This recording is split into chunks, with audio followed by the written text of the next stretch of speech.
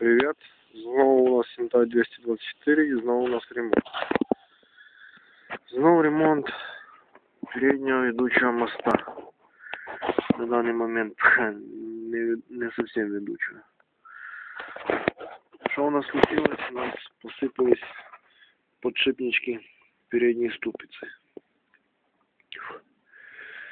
Значит, что касается запчастей. Подшипники номер 109, 75 по наружу, 50 внутренний. Садятся на ось. Между ими ставится проставочное кольцо. Подшипника идет 2 штуки на ступицу, на сторону.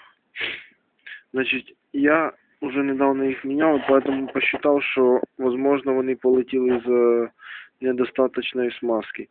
Я скрыл крышечки, пластиковые защиты, и дополнительно туда наложил литого.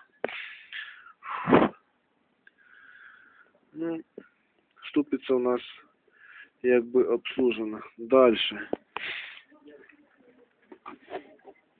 я обнаружил люфт большой в шкварнях. Разобрался все дело, побачив, що там латунні чи бронзові втулочки, які вже подношені. Значить, завтра приїде токар, буде це все діло міряти, але, ну так, предварительно я поміряв. Размер по наружу их 23 мм, внутренний 20, ну, высота их 15 мм.